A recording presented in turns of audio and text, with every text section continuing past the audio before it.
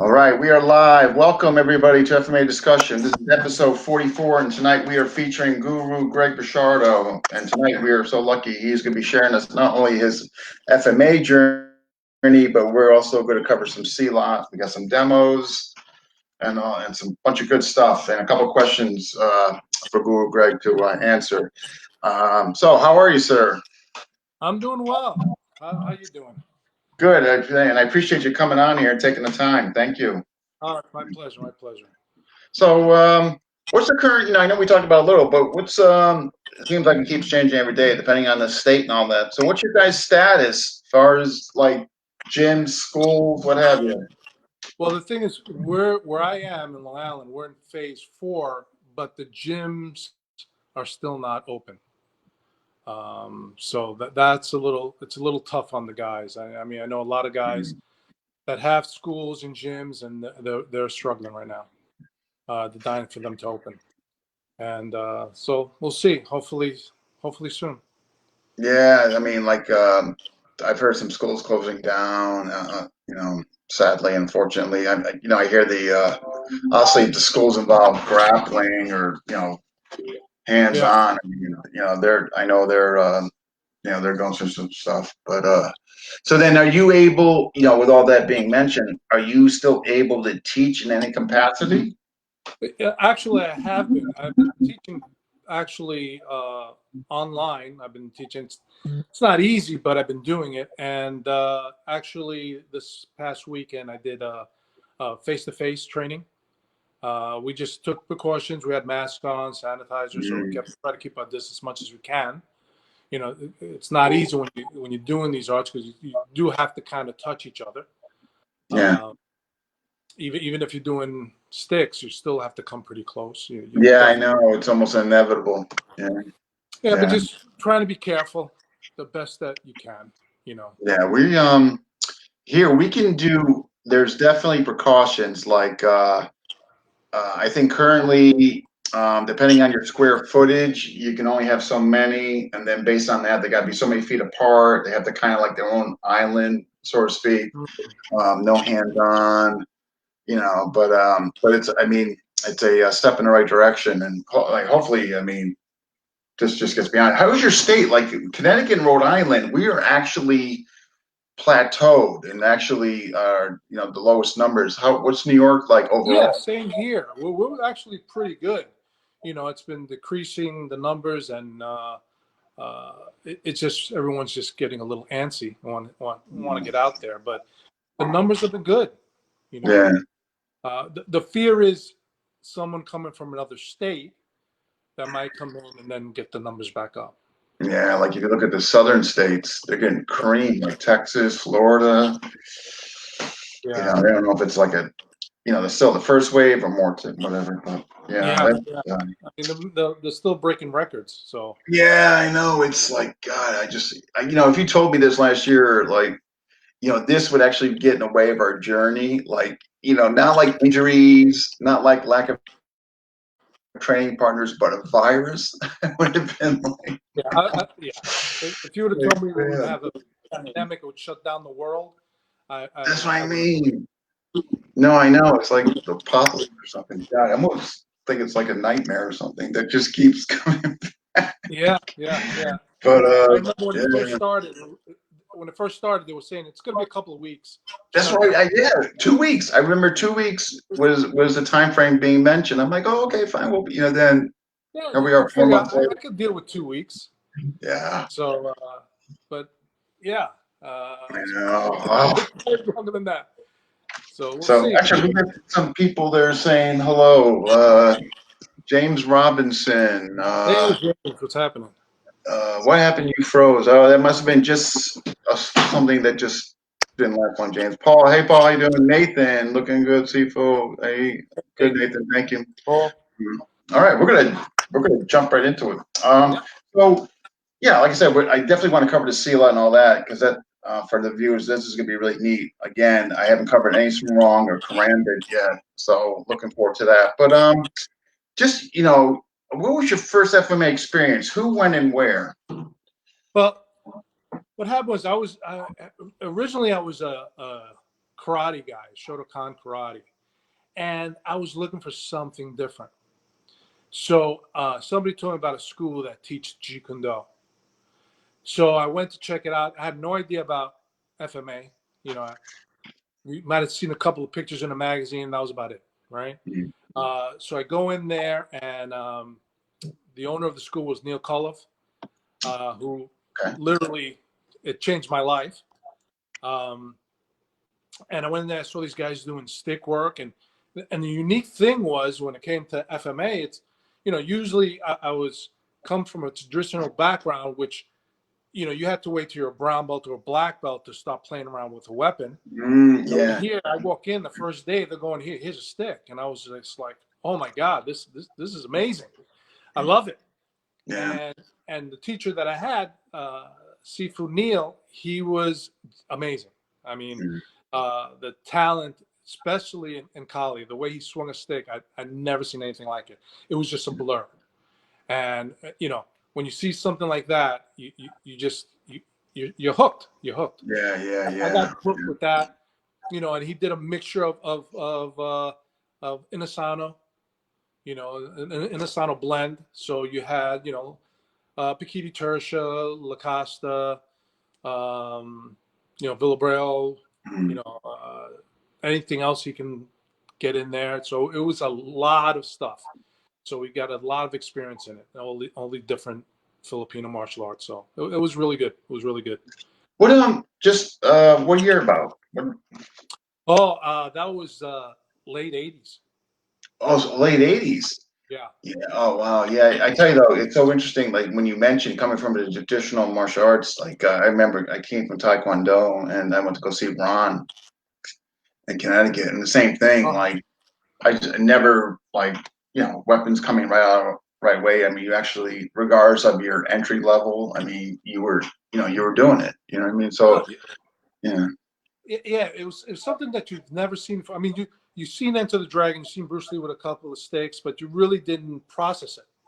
correct. And I started seeing these guys moving a stick, and it was like poetry. And then Mm, all of a sudden the knife came in, and the knife disarmed, and the speed, and then to add on empty hand stuff and Dumag, and you were yeah, like, I know. because when you really look at it, it's a pretty complete art.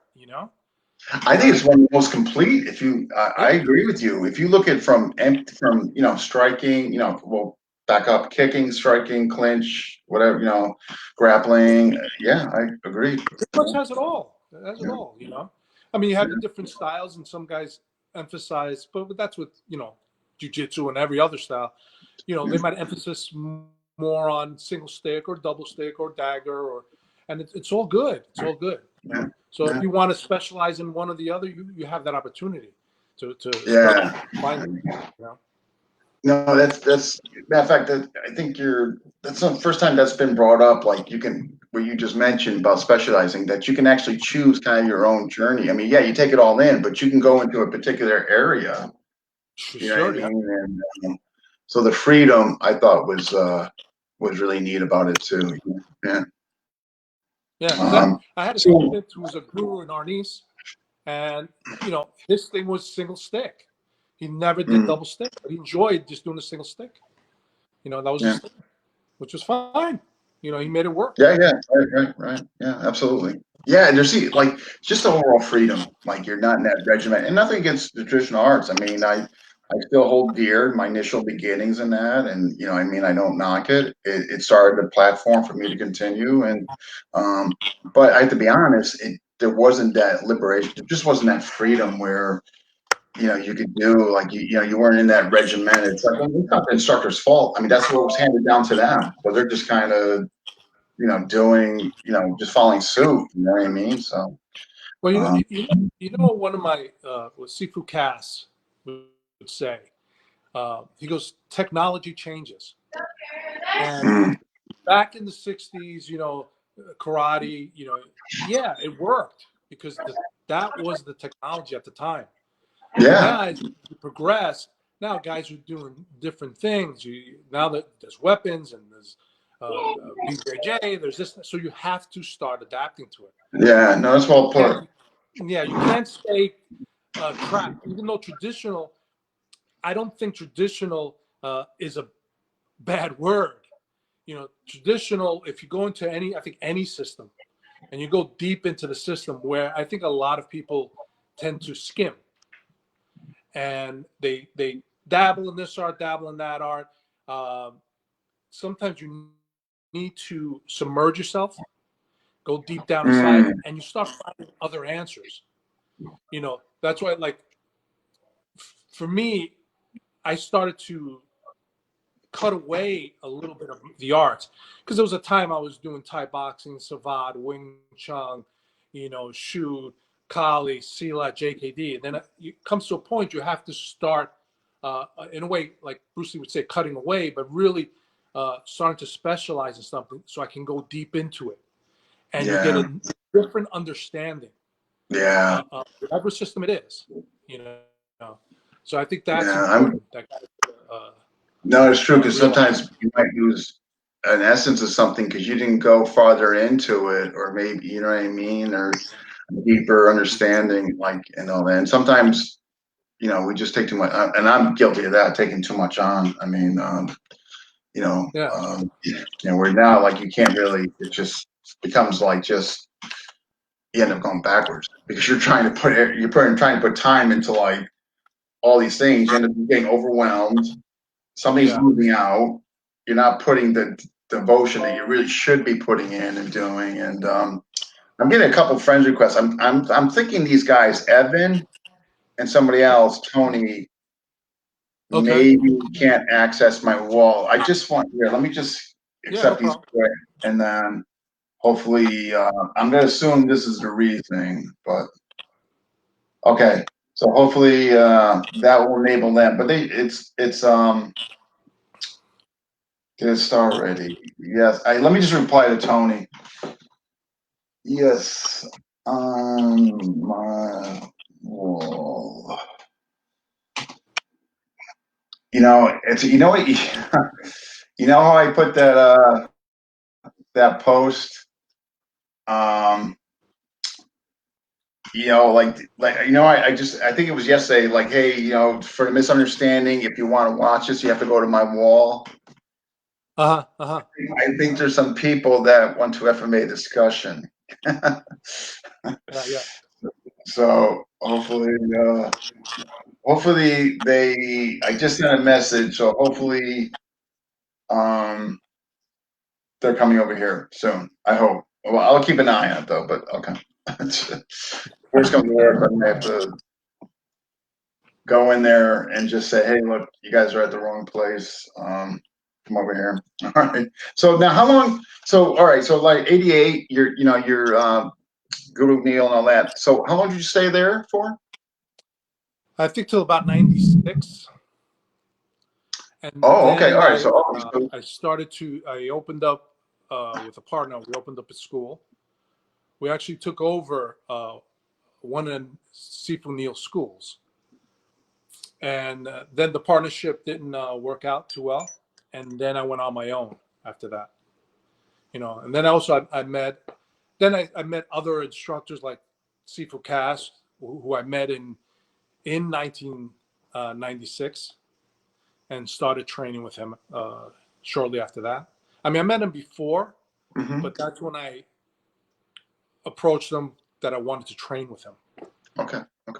So, and then, which it was another big change in my life. So actually, that's going to be our next. Okay, so let's go. So then with Neil and all that.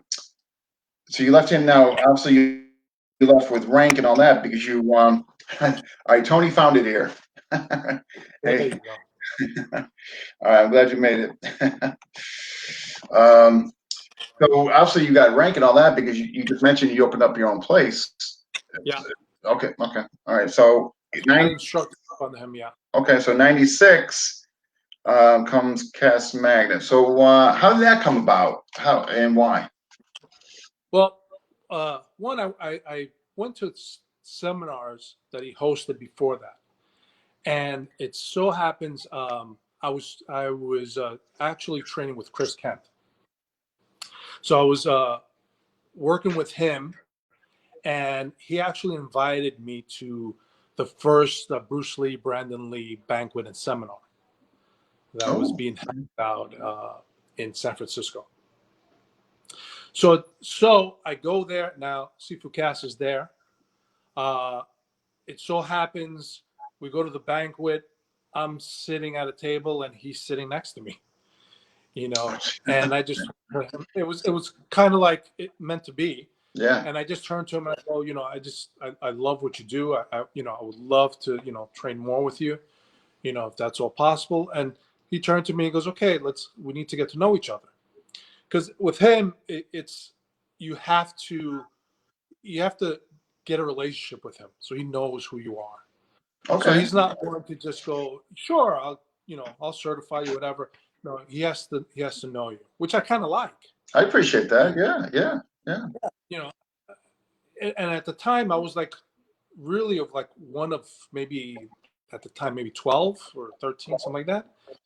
So that's kind of Mm. cool. It's nice to be instead of being one of 300. I Yeah. was There's able to actually get a really, relationship.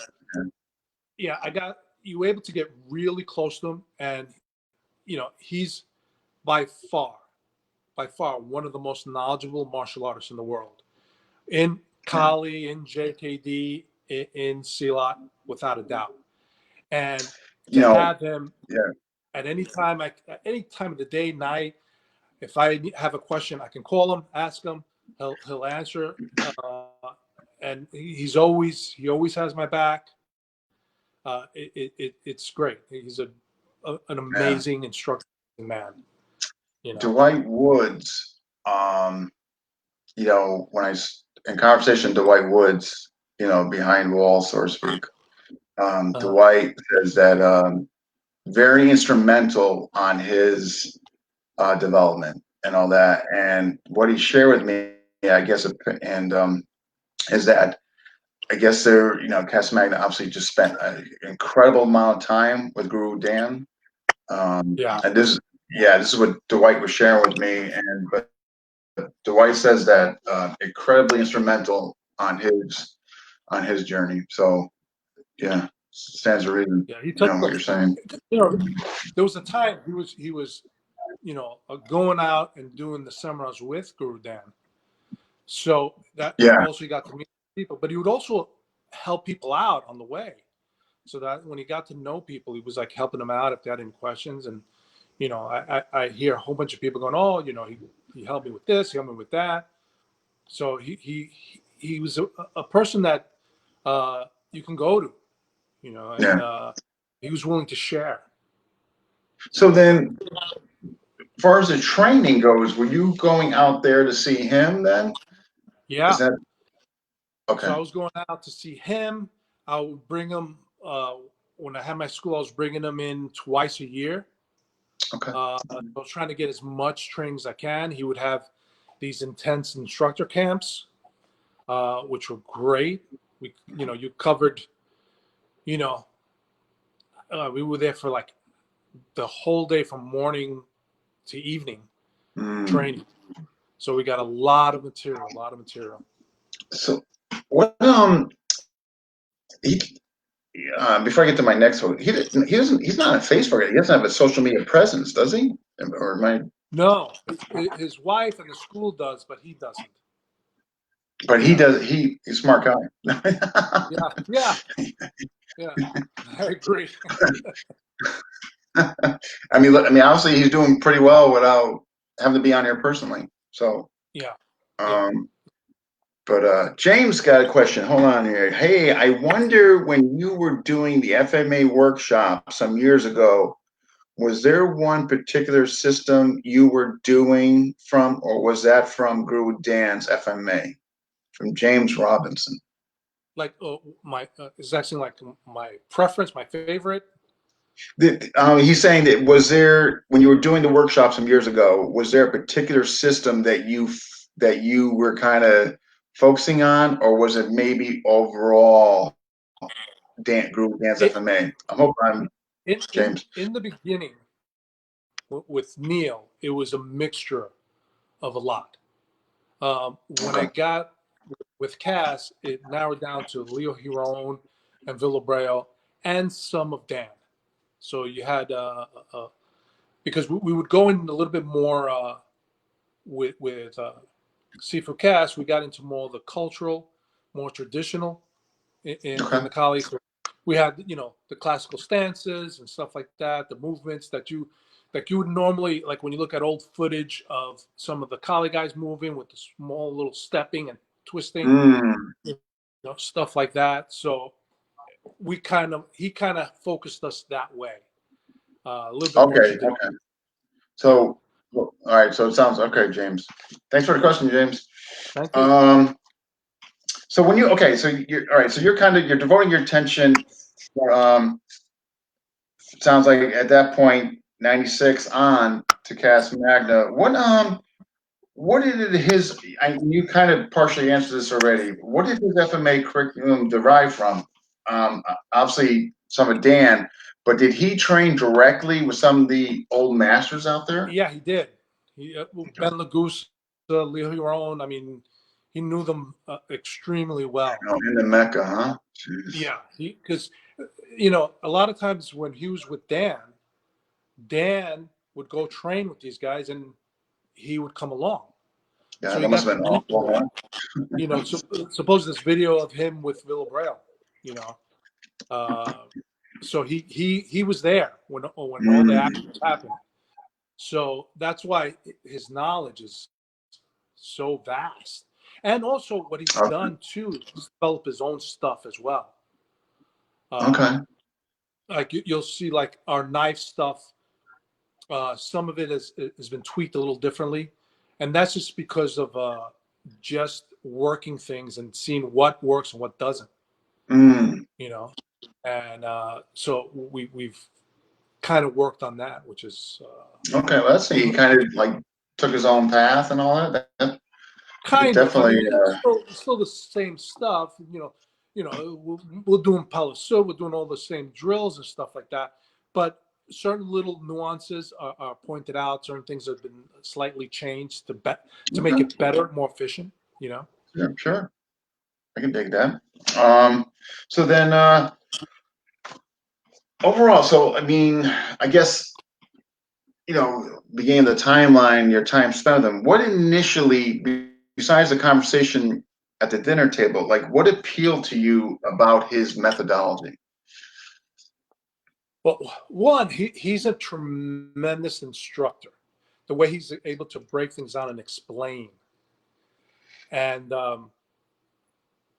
and the knowledge. I mean, once he starts talking to you, you realize, my God, there's a tremendous amount of knowledge here. There's a tremendous amount of stuff I can learn.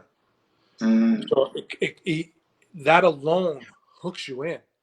And then Yeah, once he starts moving, you start understanding the movement, and you kind of go, yeah, that's the way I want to move. Yeah. Wow. So okay. So so do you now have you after your time spent with them at, when you started getting some rank and what have you, did you kind of adhere to like his method for the most part with your students, or how did that go? Yeah, we have a curriculum. The MIA Association, we follow a curriculum, and then in the beginning, you follow it to the T, and then when you get comfortable enough, or he gets comfortable with you, you're able to kind of like, add on a little thing here and there that you come across. As long as I keep the philosophy, keep the main structure the same. If I for an example, let's say if I'm doing Silat and I get into a little bit more of an art like Jumunde. Well, that's in the Silat, so it's okay because I'm not going against the system. I'm just doing some extra moves that enhance the Bukajala. So that's what I try to do. I don't try to, go off and do a whole different type of stuff. I try to keep everything close to what we do. Okay. So, Makes sense. what do you, again, so we're getting to the Silat, and Angel's got a question, but I'm gonna get there, Angel, I promise. Um, what, as far as, so I know you partially answered, so teaching, like when a big beginner comes in to see you per se, like what's your approach? I mean, like, and there's obviously no right or wrong answer here. And just for the viewers who perhaps might want to seek you out, like, what would your approach be for somebody who maybe came from MMA background and they heard about this weapon stuff and they wanted to get some of it? Well, I mean, you start them at the real fundamentals, like just the numbering system, the footwork. I mean, footwork is key in all of the arts. Mhm. So you work on the footwork, work on the angles, and then you start putting in a couple of defenses in there. That's usually the way a person walks in off the street that has no experience. Obviously, if a person has a little bit Okay. more experience, you probably bypass that, or maybe just mention it. Like a good example is the angles. I'd say, okay, these are our angles. You might have a different numbering system, Yeah. and that's fine. You know, numbering systems is just a way to communicate. That's all that is. So I try to explain Yeah. that Yeah. and know that what they're doing is not wrong. It's just different, and then we take it from there. And then depending on, because if it's a private lesson, I try to uh, go with what he needs or she needs. Just Hmm. um, what she's looking for. I mean, some people, I've had guys that go, I just want to do knife. I don't want to do anything else. Some guys just, Mm. they just want to punch. So it all depends. I have guys that just want to do Jeet Kune Do. I have guys that just want to do Kali. I have guys that just want to do Silat. And then I have guys that want to do it all. Yeah. So Right. whatever Right. they want, I try to tailor it to them. Okay. You know. Okay. Okay. Um, and just before we go on to C lot, I just like to get people in it again. There's no right or wrong answer here. And again, it's more of a curiosity just to see how other people view the FMA community. What do you, just far overall, from outside looking in on the community, what would you like to see change, if anything, just as far as the community is concerned? Well,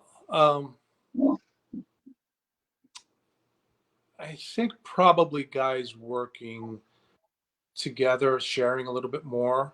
Yeah.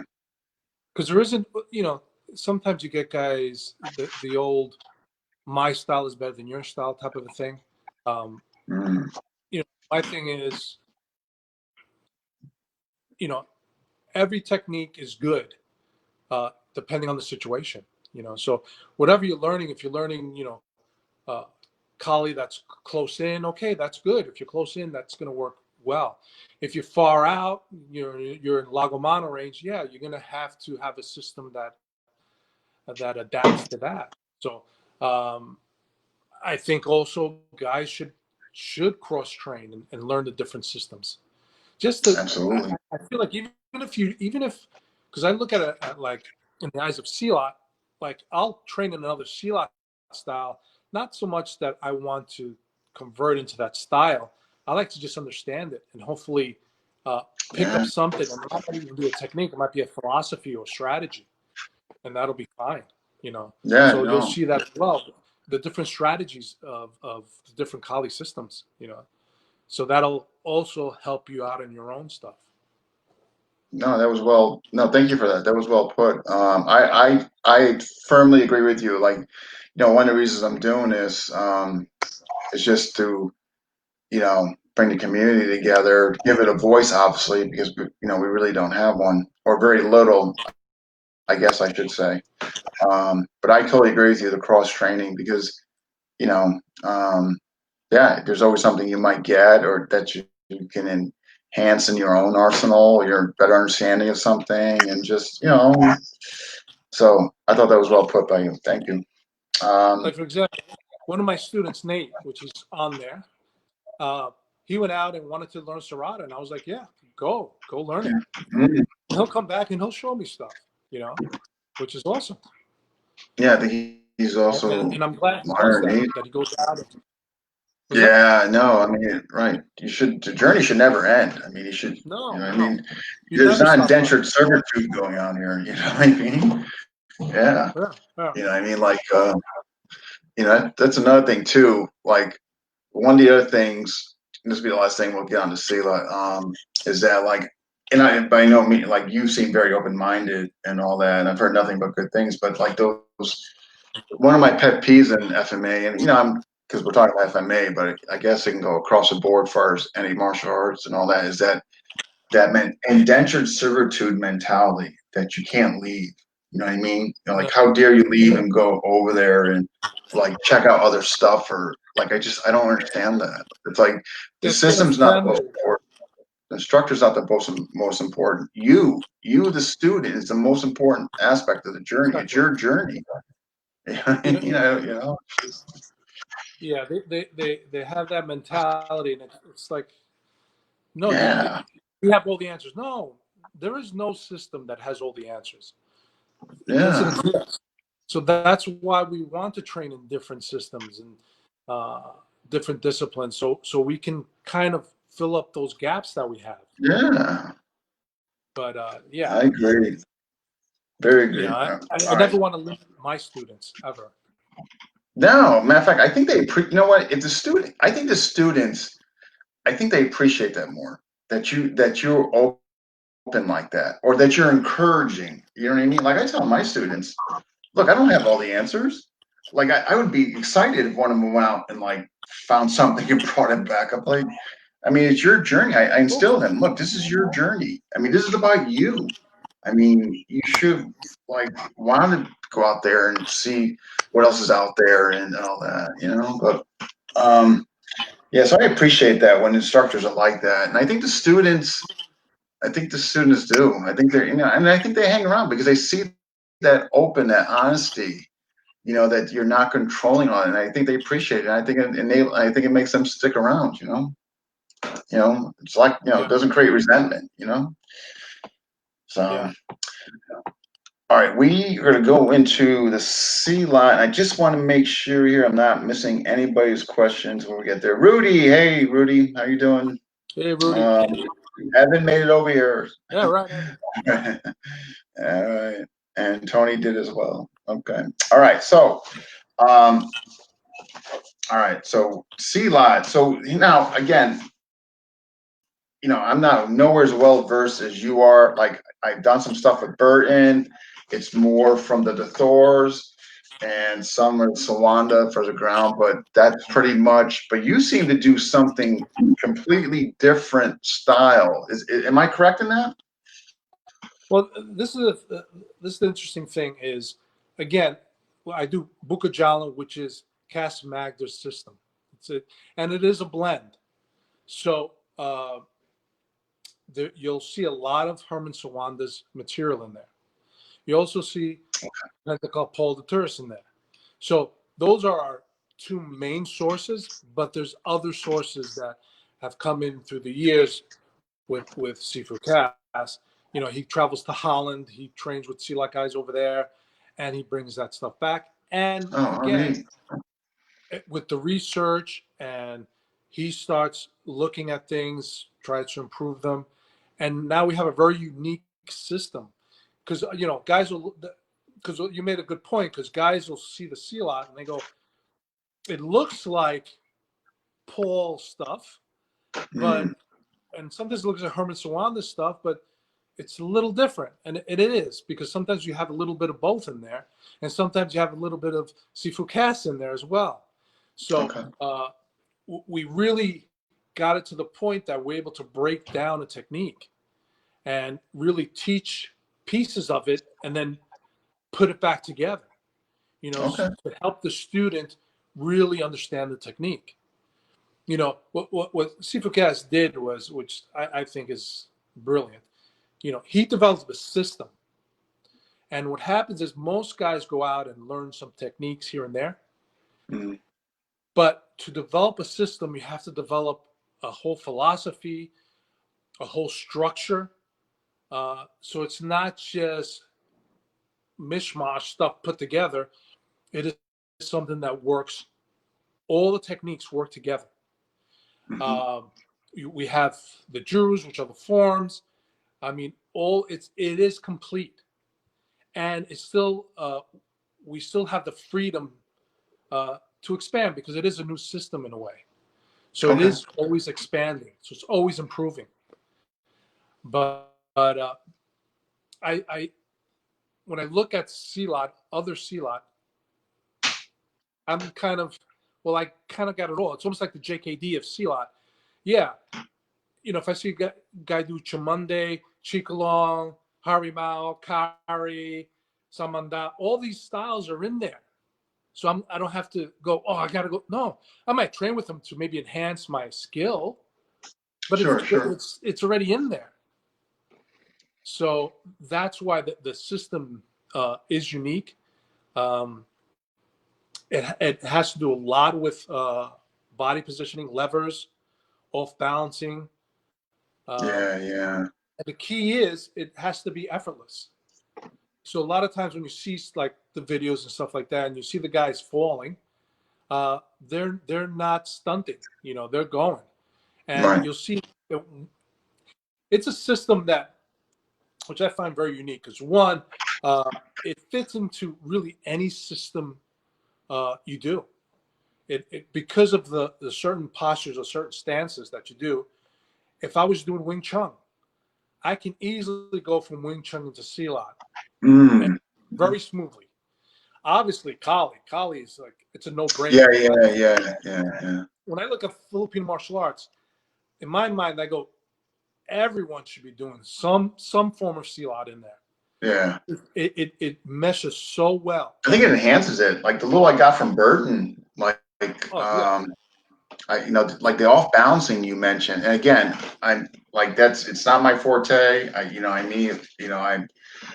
trying. I definitely want to do more. I'm fascinated by it and all that, but I'm hardly an expert in any shape, way, or form. But however, though, off balancing. I mean, like that. I mean, that stuff in that. I mean, just there's some really neat things that. yeah. Yeah. And the thing is, a lot of guys will see it, and they you don't kind of understand it, but when you feel it, you kind of go, "Holy crap!" I'm like, how how'd you do that? How'd you make me fall? I Yeah. couldn't stop. You know, No, you uh, know what? Oh, I got the perfect. You'll appreciate this. Burton did the head tilt takedown on me, huh, like that, and yeah, like I was just like, holy crap, because I'm used to like being taken down like wrestling or MMA, like wrestling takedowns, some judo uh, and all that, where like you kind of see it. Okay, timber, with a double leg right. or single leg, like you're actually seeing it go. You know what I mean? That was just like I fell into a hole or something, and I'm just like, Well, holy crap. well, I use this as an example. I'll if I took a guy, took him in like a judo throw, an arm throw, right? As I'm grabbing you, kind of understand what's happening. Yeah, exactly. Even if you can't stop me, you kind of go, okay, he's Yeah, lifting me, using but his hips, you're lifting me seeing up. it play out. You know what I mean? Yeah. Yeah. So you're following the whole thing. See, like there are times you go in and all of a sudden there's a movement, like a slight I movement, and know. you fall, and you're like, Yeah, and you don't even know what took you down. So you're like, I didn't. ah. So Yeah, how do you defend something you don't know what took you down? That's what I agree. it was crazy.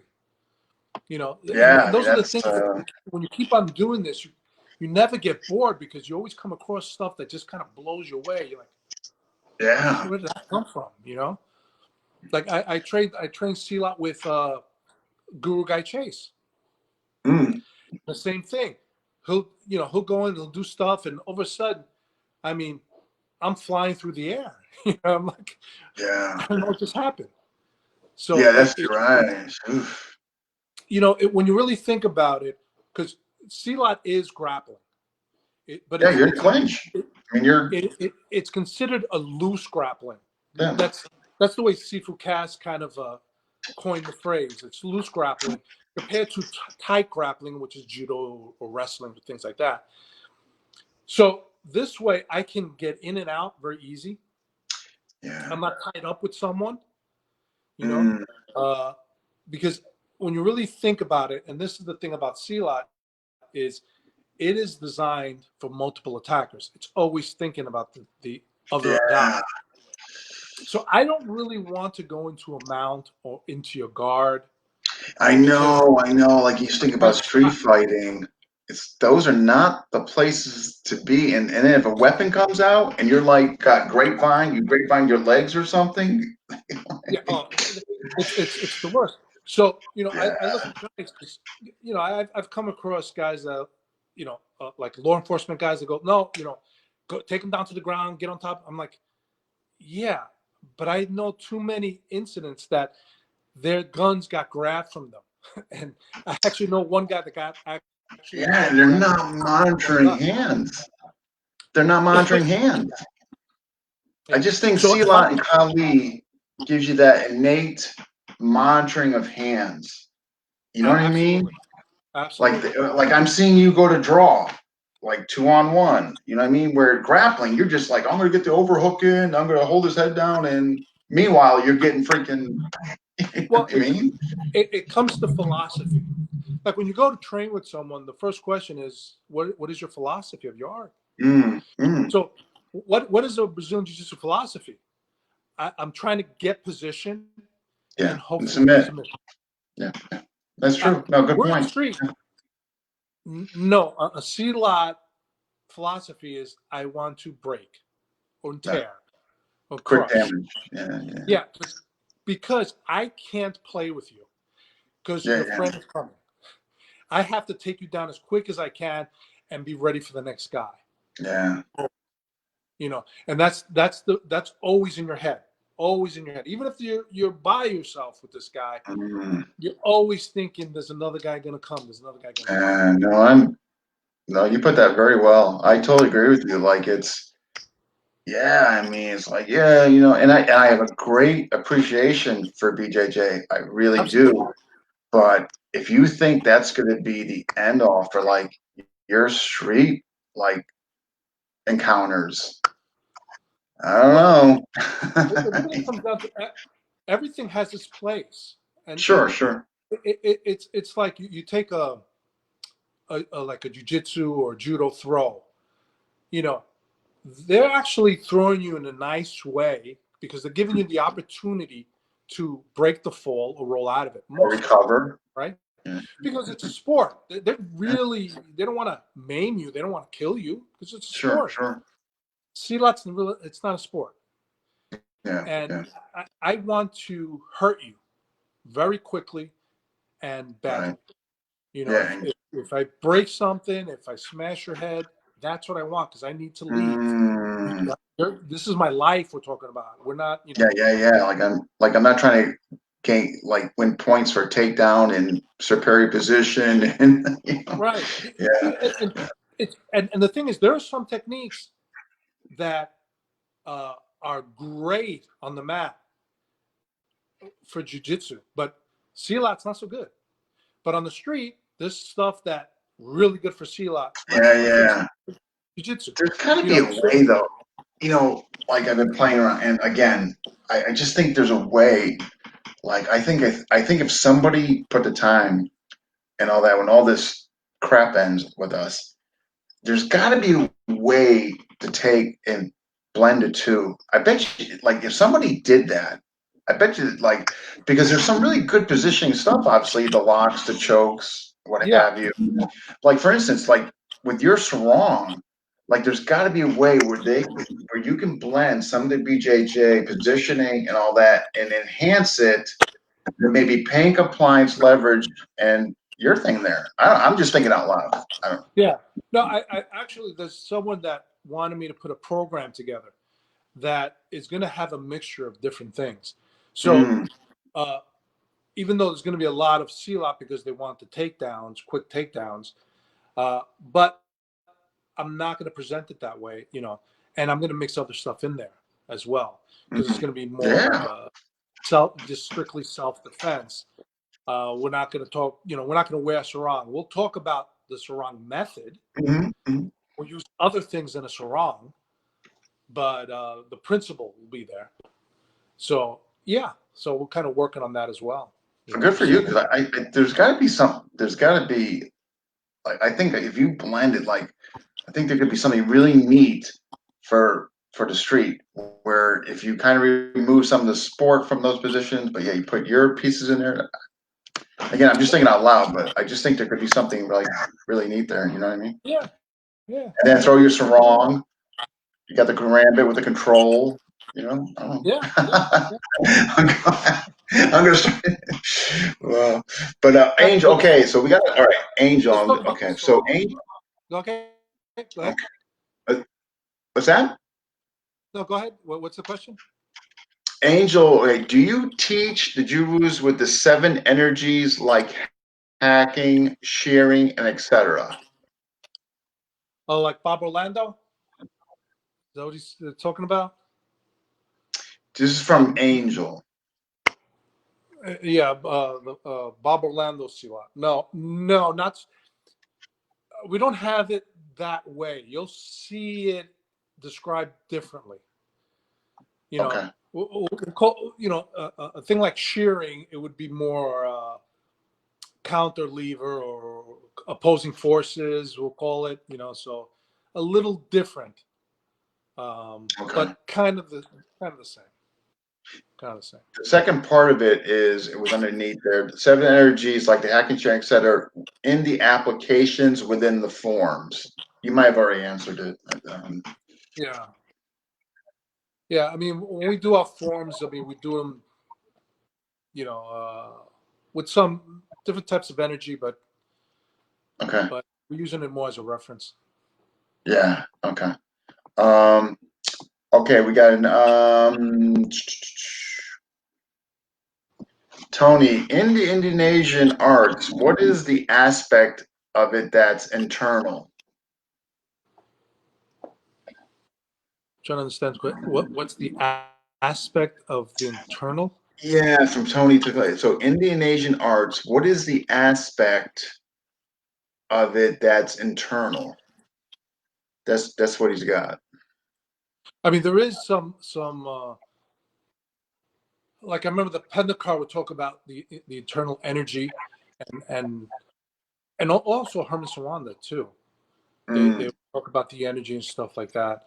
But when you first learn it, you kind of the energy is more physical, direct energy. So you're kind of looking at where you're pushing, okay, okay, and then later on it becomes a little bit more of like an aura type of an energy. okay, okay. All right, this is going well. We got okay. So okay. Sarong.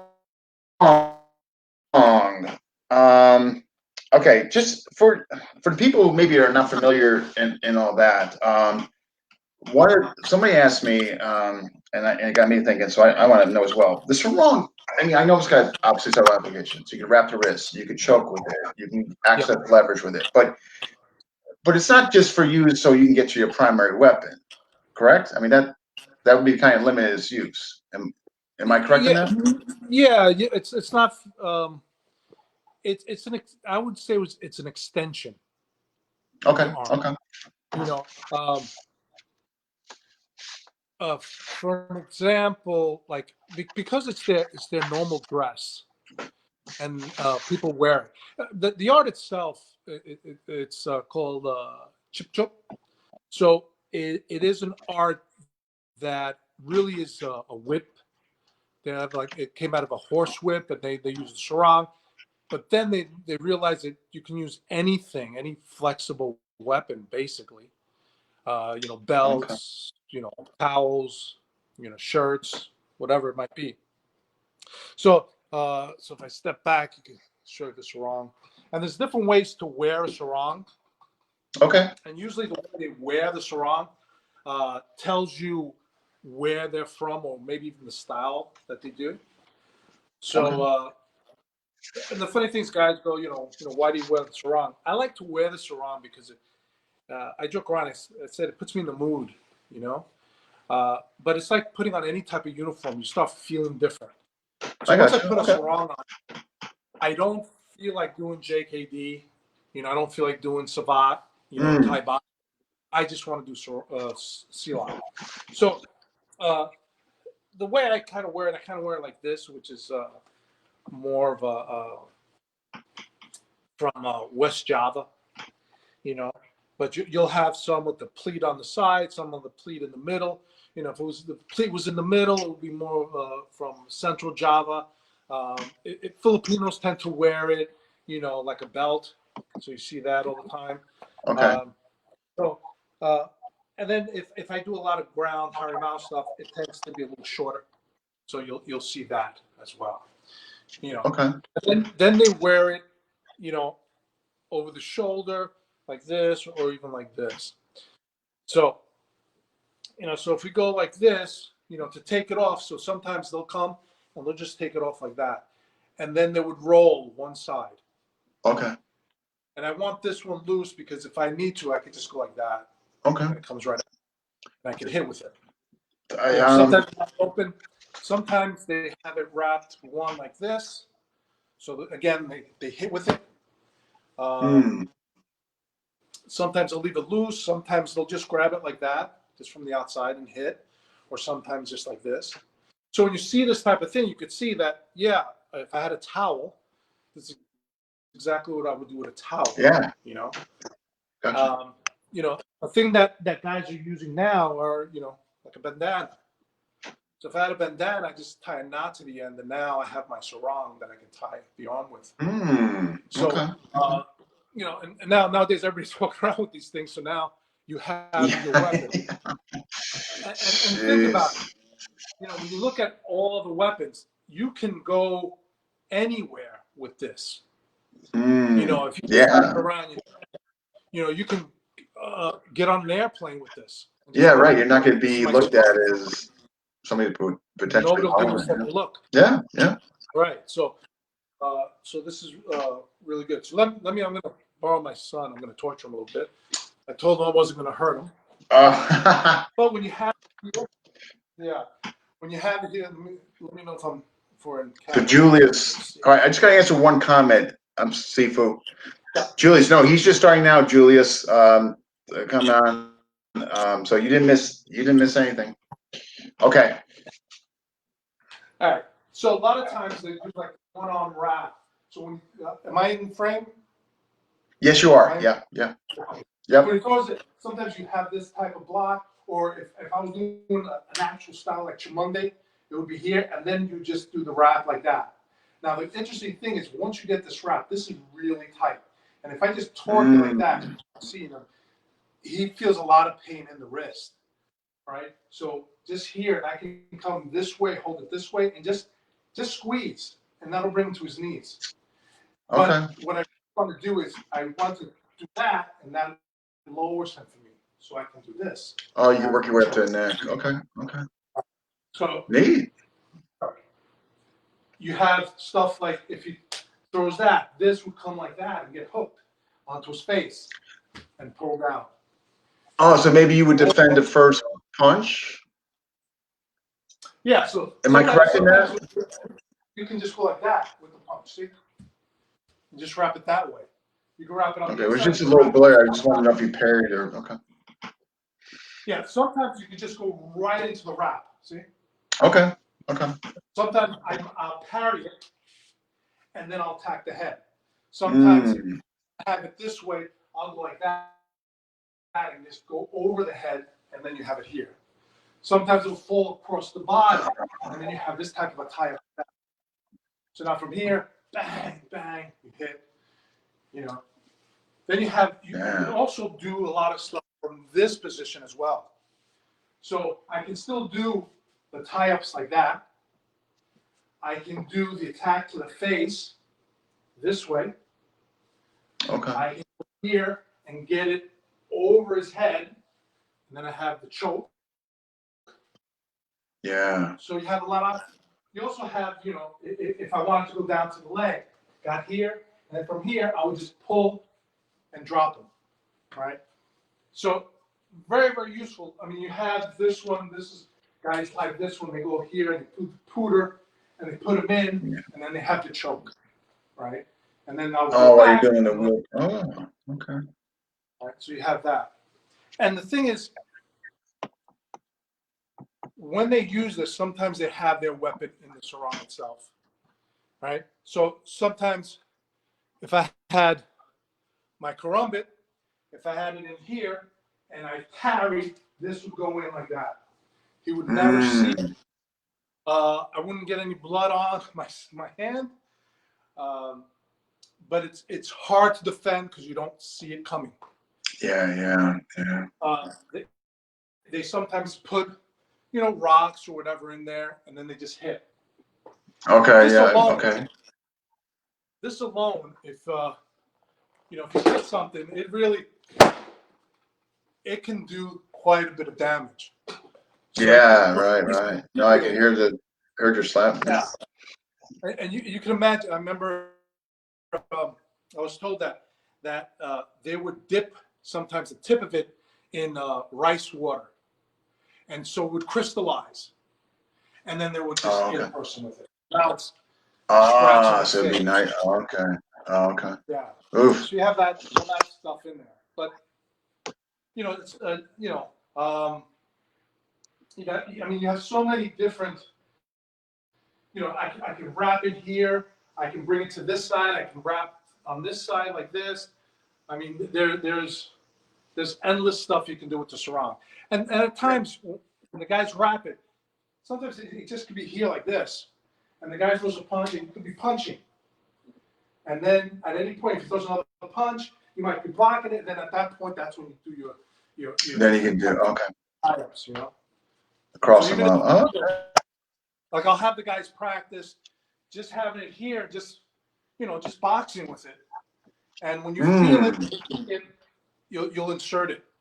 If I hit him and I came in here, now I just inserted in here. Now I have the lock itself with the sarong, and now I can come around here and come here, and I have the takedown. Right? Yeah. Wow. It's kind of cool to have. Sometimes guys will just, when he throws a punch, they'll come here and just flick it into the face. They have that stuff. Sorry. So you have that type of thing. So a bunch of stuff, and sometimes it's just this type of thing going back. You have that. Yeah. So now, sorry, I got my son in the face. Now, if we go into the karambit, which an interesting thing with the karambit, the first time I saw a karambit, I never ever saw anything like it. And it was this Malaysian guy who had it in his sarong. And he didn't say anything to us, and he had his hands like this. And then he put his hand here, and then all of a sudden the guy threw a punch, and then all of a sudden we see this thing flashing around. Yeah. Where did that come from? Yeah, right. Sifu, before we get, I'm sorry, before we get into the karambit, there were a couple questions. Is that okay if we answer a couple questions? Can you roll up your shirt to use as a short sarong if needed? Evan. Yeah. Do me a favor, Mark, just take off your shirt for a second. You're going to find out, Evan.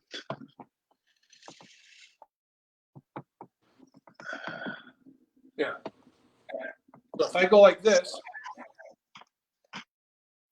right? So now I'm in the sleeves.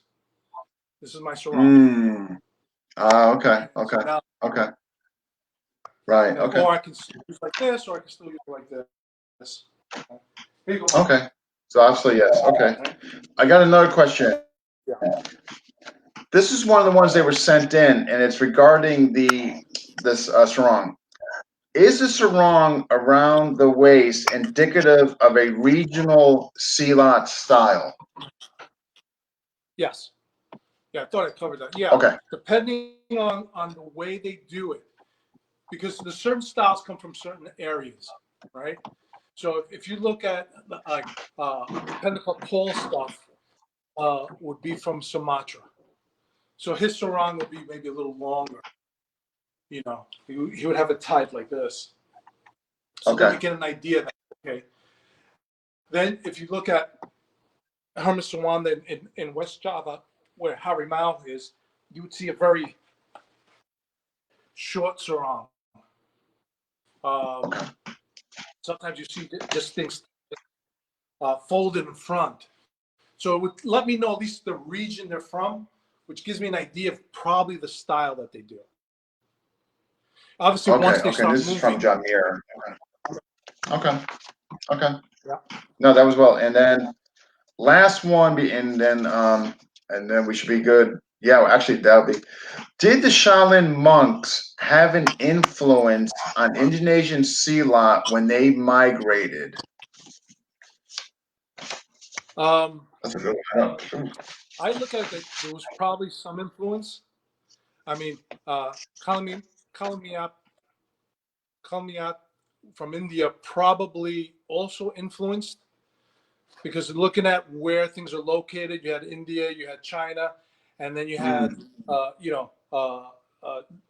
the archipelago of Indonesia coming down, and I'm sure they Yeah. migrated into there and slowly came this way, and then probably went up to the Philippines, because supposedly Silat is the mother of Filipino martial arts.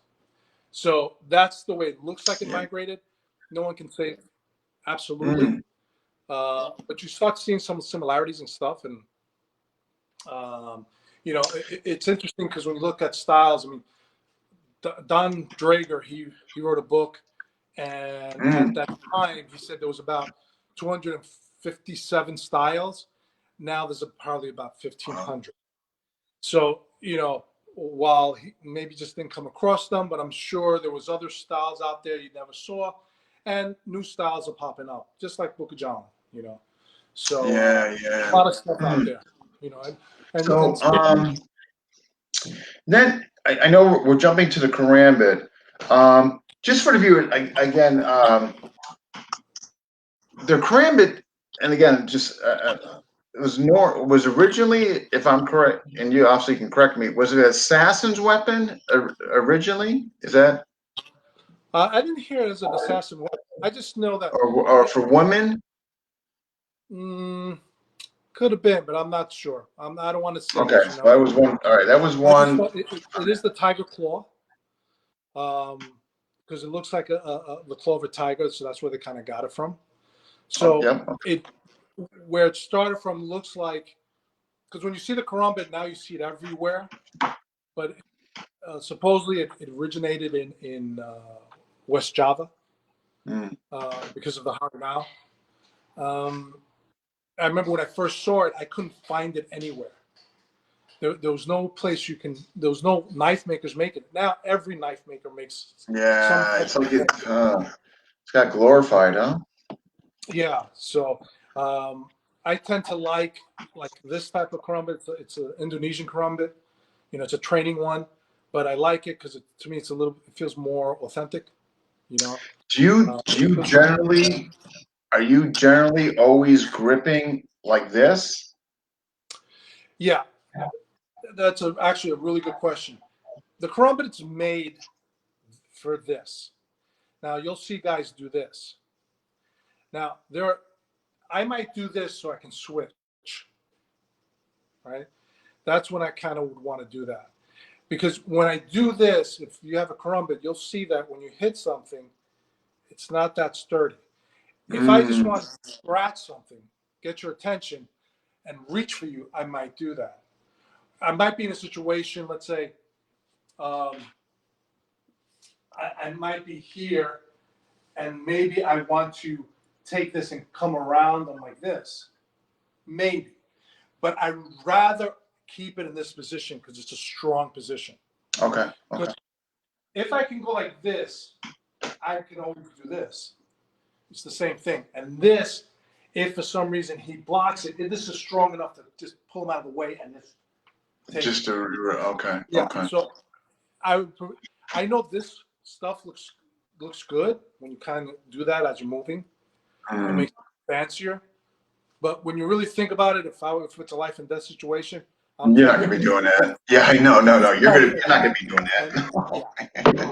Yeah, I and know, you which have is the yeah. brass knuckle, so you have that. You can hit. So yeah, I would try Do you not like to. this grip? What was that?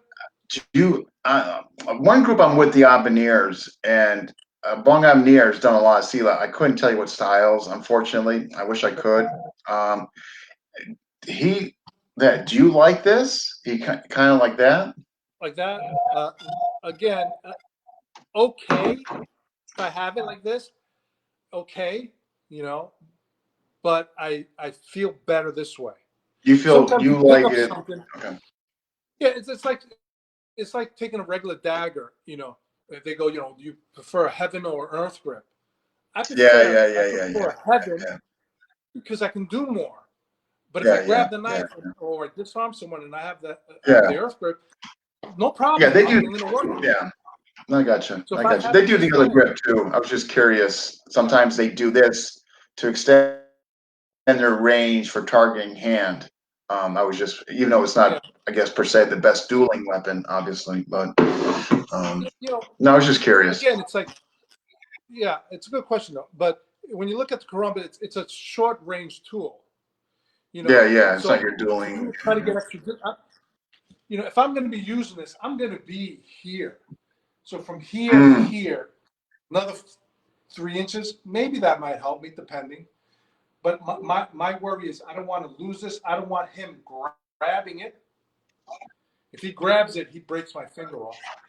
Right? So if I have a yeah, yeah, he yeah. can't really disarm me. You know, so I have to be careful when I open it up. You know, I'd rather keep it here because I Okay, can still move him around good with it. You know? And again, another okay, thing that it's an extension of your arms and your hands. So yeah, you know, if he throws a punch, I can come with that same entry, and that's my punch or cut or both. If I do the pooter, I can use it to help me leverage. You know, mm, most karumbits, traditional karumbits they're only sharp here on the inside, not on the back. Now you'll see them both. I personally don't like them because I'm afraid of it's yeah. going to cut me. I have one that has cut me. So I'd rather just keep it there because I know where it is and I'm able to function well with it. Right. So So just another thing, are they?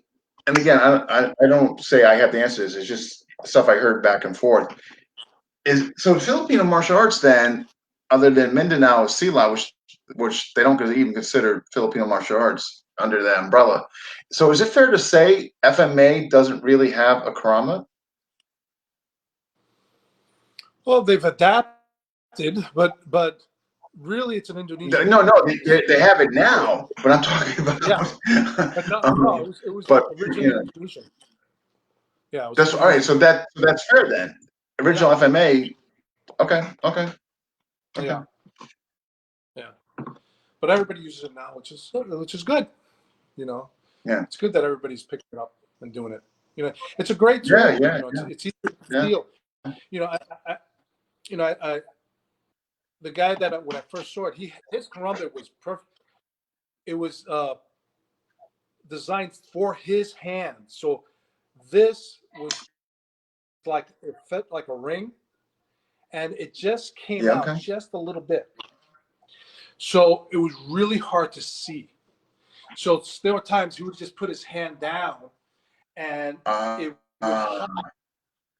You would just see the ring, and then when you made the fist, it stuck oh, so out. you're just So thinking it was the starting to, ring, and then. yeah, he's moving around and he's doing this, and all of a sudden Mm, he's going, "Why am I bleeding?" You know, yeah, yeah, and yeah, yeah, exactly. so again, it's not knowing what's happening. How do you stop it? You're thinking you're just Yeah, parrying a punch, but it's not a it's a punch. nightmare. Yeah, Yeah, I know. so Nightmare. very cool, very cool weapon.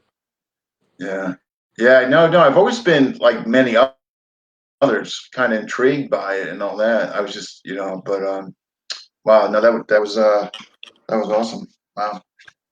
Um, that was. I'm trying to think. I just want to make sure I didn't miss anybody's questions on here. Um, or comment. Brian, hey, thanks for jumping in. Julius, Hey, Brian. let me see here. Julius, in the Philippines, we call it Sangot, Sangot, which is a farming implement and much bigger in the Philippines. I guess the Yeah. bigger ones. Okay. Yeah. Now Yeah. people You'll see. picture it There's like, ones that are about that big. yeah. Like I've definitely seen the bigger ones. Yeah. Now people picture it as like a punk girl with razor blades in her hair, like a girl tool. A latch dish, engage weapons so they don't get rid. Oh, okay. Um, I'm trying to the cut bamboo or cane, Brian. Yeah, like it was a farming tool. Okay, okay. It probably Um, was. very light. Yes, the belt. Yeah, right. Yeah, right. I'm sure. James Aguilar, the belt.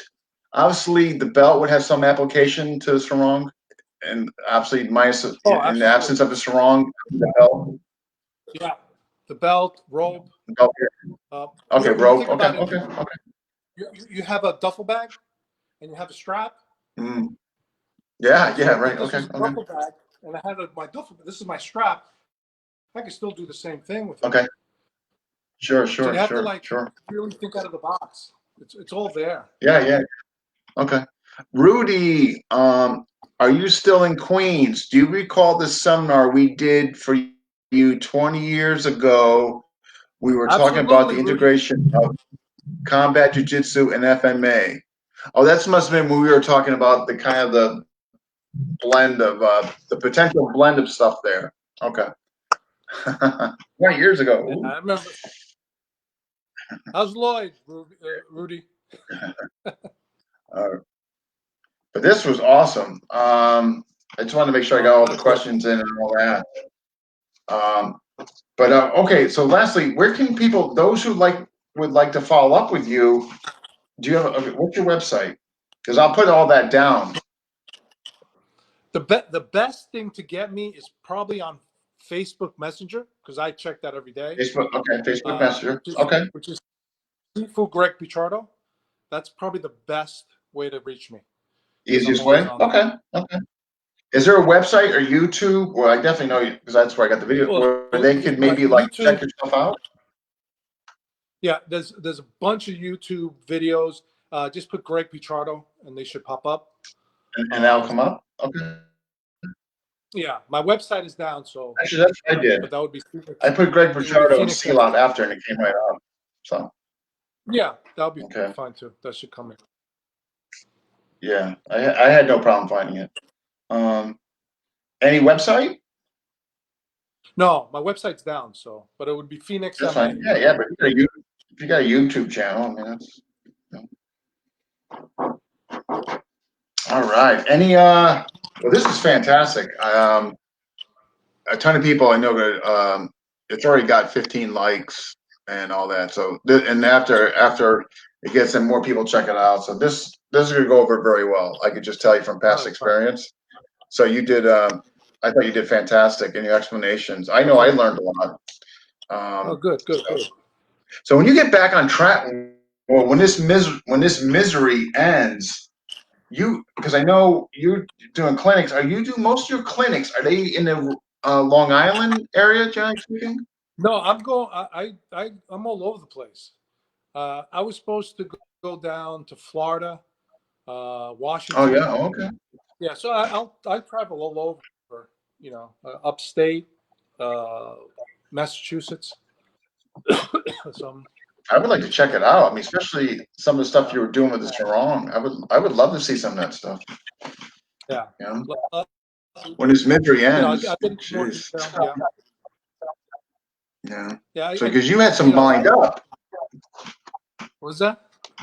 you had some lined up, if I recall correctly. Yeah, I had probably like five or so already lined up to do, and they all had to get canceled. So kind of crazy, but it is what it is. Yeah, I know, I know. Hopefully, again, this is yeah, we just God, we get out of this soon. I'm telling you. Yeah, Um, but yeah, I'll have to be on the but lookout when this ends because I would love to see some of that stuff up and close. But absolutely. um, I really appreciate But it. if Any closing thoughts anybody has for the questions, viewers? they can always reach out to me. Oh, anybody they can reach out to you? Okay, absolutely. Sure. Yeah, if you have any questions, you can reach out to me. Okay. Any Answer the best I can. closing thoughts, Guru? Well, tell everybody to keep on hanging in there. And again, if you can train in Silat, if you can add that onto your FMA, I Mm, guarantee you it'll enhance what you do. That's the good thing about Silat. Whatever you're doing, because we hmm. study alignment and body mechanics, it'll Yeah. help your MMA, it'll help your Wing Chun, it'll help your Thai boxing, it'll help everything because it's done Mm, that for me. All my other arts are better because of the Silat. yeah, And yeah, yeah. and it's easy to add on to your style. If you have a school, it's a Mm, great program to add on as well. If it's not with me, with someone else that does Silat, that's fine. But you yeah. guys, Uh, all right. Well, I appreciate it so much, Guru. Thank you for taking the time to come on. I was very informative. This is gonna go down as really good. One that I actually learned. I love the ones that I actually learned a lot. You know what I mean? Like there's some I cover like people I'm affiliated with, and it's good. I mean, don't get me wrong. If I'm not really learning, you know what I mean? I'm mostly right, giving them right. exposure, which is good. Oh, good, good. But the ones I'm I'm really glad. learning a Good. lot I are had the a ones good I time. really like. No, definitely. We'll have to when things end. And I always bring people back on down the road. So when this ends, All right, we'll be definitely getting you back on and all all right. that. Sounds good. Sounds So what good. I do from here is I download this, I transfer it to YouTube, and then what I do is I'll be bringing it, and then I'll post it to your wall. Okay, that sounds Okay. good. Excellent. All right. Thank you so much, sir. All right. Thank Yeah. you for having me. Thanks for everybody coming and All right. Anytime. spending time with us. Appreciate it. My pleasure. All right. Thank your All right. son too for the demo. All right. Well, All right. okay. Take care. Thanks. Take care. Bye. Bye bye. Bye. All right. Okay. Wow, that was excellent. Next week coming up, those you guys don't want to miss out. Tuesday, Brandon Ricketts, first interview ever that he's ever done publicly. We're having him on Tuesday night at 7. So if you have any questions for Brandon Ricketts, KI, obviously under his father was one of the 5 pillars. So submit away. I'm gonna be doing a flyer over the weekend. It's a little early yet to do it.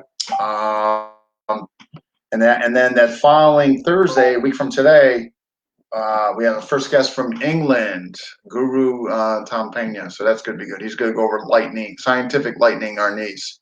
So good things coming up. If you haven't yet already, hit like and subscribe to FMA Discussion on YouTube. Thanks all. Take care.